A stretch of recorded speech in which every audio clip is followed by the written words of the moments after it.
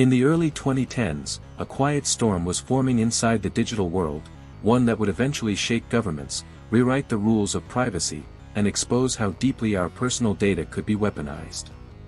It began with something deceptively simple, a personality quiz on Facebook called "This Is Your Digital Life." To millions, it looked harmless. But behind the scenes, it was a gateway into one of the largest data harvesting operations in history.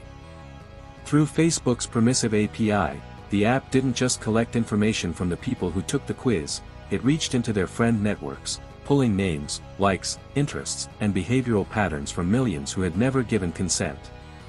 That data flowed into the hands of Cambridge Analytica, a political consulting firm that believed elections could be won not by persuading crowds, but by targeting individuals, one emotion at a time.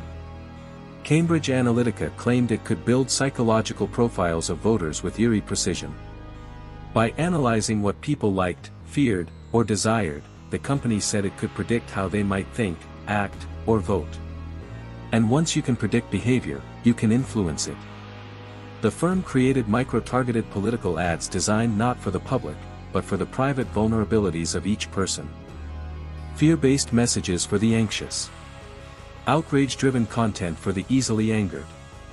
Nationalistic themes for those craving identity. And for some groups, subtle voter suppression messages meant to keep them home on election day.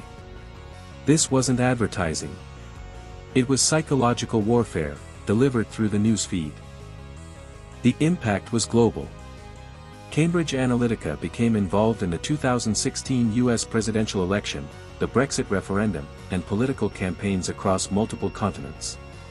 Each time, the strategy was the same: harvest data, build profiles, target emotions, and influence outcomes. And all of it happened invisibly, beneath the surface of everyday scrolling. When the scandal finally broke, the world was stunned. Facebook faced intense scrutiny. Mark Zuckerberg was called before Congress. Governments demanded answers. Cambridge Analytica collapsed under public outrage. But the deeper truth remained: the techniques it pioneered did not disappear. They became part of the modern political playbook. The scandal forced the world to confront a new reality, that in the age of algorithms, personal data is not just information. It is power. It can shape beliefs, manipulate emotions, and tilt the balance of democracy without a single voter ever realizing it. And so the question that emerged from the ashes of Cambridge Analytica still echoes today: if our data can be used to influence our choices, then who truly controls the future?